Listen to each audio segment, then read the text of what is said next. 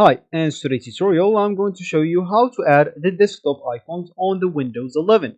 So first of all, of course, you would like to go just and open your Windows 11 PC. Of course, if you are a Windows 10 user, you can just go into your settings to upgrade into Windows 11 for free. And you can even run the installation into the background of your PC if you want to keep using your PC in the meanwhile. And once the installation or the downloads finish, you will be notified to restart or to reboot your PC. Of course, your PC might be a bit slower, but it's not going to be a big problem. So once you restart your PC, you'll find yourself with the Windows 11 ready to use. And of course, you'll even have a recovery point if you want to go back into your initial Windows 10. But I bet you'll like Windows 11, like Windows 10, or even much better.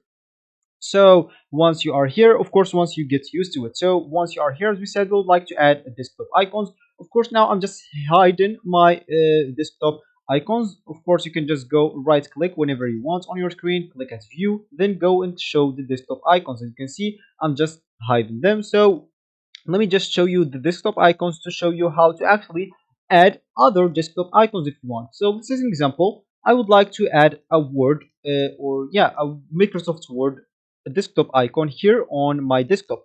So how can we do that? First of all, I'm just going to click at the Windows key on my keyboard, or you can just go here and click at this Windows on your screen. And of course, now I'm just going to look for the Word or Microsoft Word, and once you find it here, you can just go and open the find location, and of course you will find this. Now you would like to right click on this, and once you are here, you can just go and click at show more options, and here you can go and open the file location again.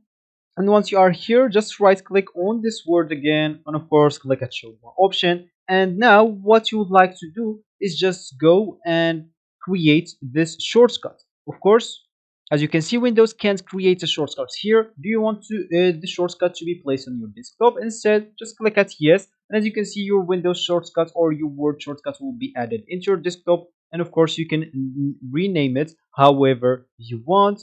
So let's use an example. You're gonna write Word, and here is it. It's gonna be on your desktop now. So this is actually for this tutorial. I hope you like it. Thank you guys for watching, and goodbye.